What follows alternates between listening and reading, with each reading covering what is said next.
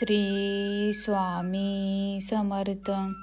अक्कलकोटजवळ नागनवाडी नावाचं एक छोटंसं गाव होतं.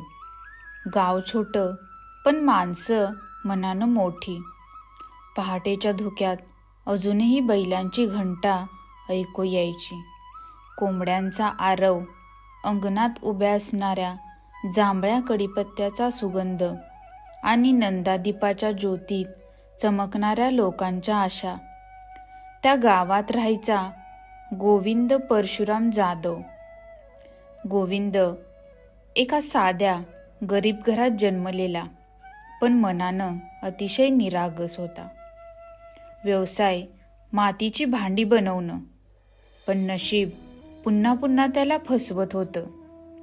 एका वर्षात मुसळधार पाऊस, दुसऱ्या वर्षी दुष्काळ. कधी बाजारात भाव पडत, कधी भांडी फुटत. घरात आजारी आई, पत्नीची चिंता आणि 2 छोटे मुलं. यांच्या जबाबदाऱ्यांनी त्यांचं मन दिवसेंदिवस कोसळत होतं. पण एकच आधार होता, अक्कलकोट स्वामी समर्थांवरचा अढळ विश्वास. गोविंद दर महिन्याला एकदा तरी अक्कलकोटला येऊन स्वामींच्या दर्शनात स्वतःला विसरून जायचा. त्या काळात लोक सांगायचे, स्वामी समर्थ म्हणजे चालतं बोलतं दैवत आहे. ज्याला कोणाला आसरा नाही त्याला उचलून उभं करणारा आधार आहे. आणि गोविंद या गोष्टींवर मनापासून विश्वास ठेवायचा. पण सगळ्या भक्तांसारखं त्याचंही एक मनातलं खोलगट दुःख होतं. त्याला फार मोठं संकट जवळ येत असल्याचं संकेत स्वामींनी आधीच दिलं होतं. त्याला समजलं नव्हतं, पण नियती त्या दिशेने धावत होती. त्या वर्षी गावात भयंकर दुष्काळ पडला. कूप, विहिरी, नदी सगळं आटून गेलं.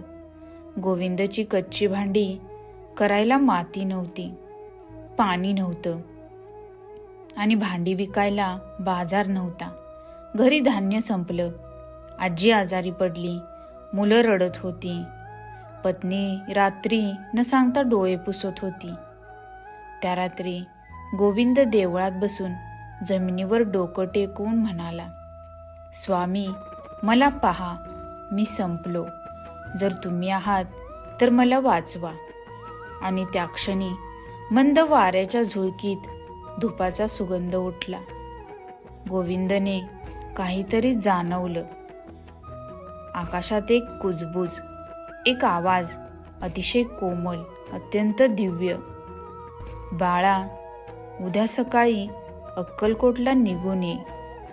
गोविंद घाबरून उठला, पण कुणीच नव्हतं. फक्त दिव्यांचा प्रकाश आणि शांतता. पण मनात एक गोष्ट स्पष्ट बसली. स्वामींनी हाक दिली होती. सकाळी अंधार फडफडत असतानाच गोविंद चालतच अक्कलकोटला निघाला. त्याच्या पायात चप्पल नव्हत्या, पोटात अन्न नव्हतं, पण मनात एक शब्द होता, बाळा, ए. रस्त्यात नद्या, ओसाड माळरान, धुळीचे रस्ते, कधी पाऊस, कधी कडक ऊन, पण त्याचं मन एकदम स्थिर. मी स्वामींकडे चाललोय. येणाऱ्या संकटांचा मार्ग फक्त तेच बदलतील. गोविंद अक्कलकोटात पोहोचला तेव्हा दुपारचा उन्हाळा चटकत होता. स्वामी वटवृक्षाखाली बसले होते. माथ्यावर कापडी पागोट, डोळ्यात आकाशा इतकी खोली, चेहऱ्यावर दिव्य तेज. गोविंद त्यांच्यासमोर येताच स्वामी डोळे उघडून त्याच्याकडे पाहू लागले. त्यांच्या नजरेत इतका मायेचा ओलावा होता की गोविंद थरथरला. स्वामी म्हणाले, बाळा गोविंदा, अरे तू एवढा का काळजी करतोस? आम्ही आहोत ना.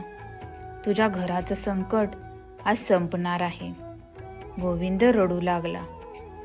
स्वामींनी हात आकाशाकडे उचलले आणि म्हणाले, जिथे आमचा भक्त रडतो तिथे संकट टिकत नाहीत बाळा.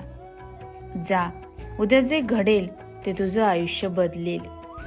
जर तुम्हीही स्वामी समर्थांवर विश्वास ठेवत असाल तर नक्की या चॅनेलला सबस्क्राईब करा आणि कमेंटमध्ये जय स्वामी समर्थ लिहून आपली उपस्थिती नोंदवा. गोविंद दुसऱ्या दिवशी गावात परतणार इतक्यात त्याला गावातून एक माणूस धावत येताना दिसला.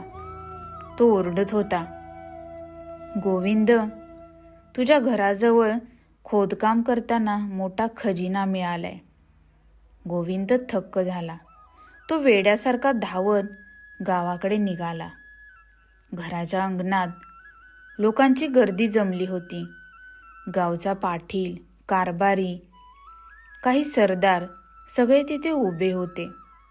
अंगण खोदताना मिळालेल्या जुन्या मातीच्या घागरीतून जुन्या काळातील चांदीची नाणी, थोडं सोनं आणि एक तांब्याची पट्टी. त्या पट्टीवर लिहिलेलं होतं, ही संपत्ती संकटग्रस्त कुटुंबाला लाभावी. गावकऱ्यांनी एकमुखाने म्हणलं, हे देवाचं काम आहे. हे गोविंदचं घर म्हणून निवडलं गेलं आहे. गोविंदाच्या डोळ्यात अश्रू आले.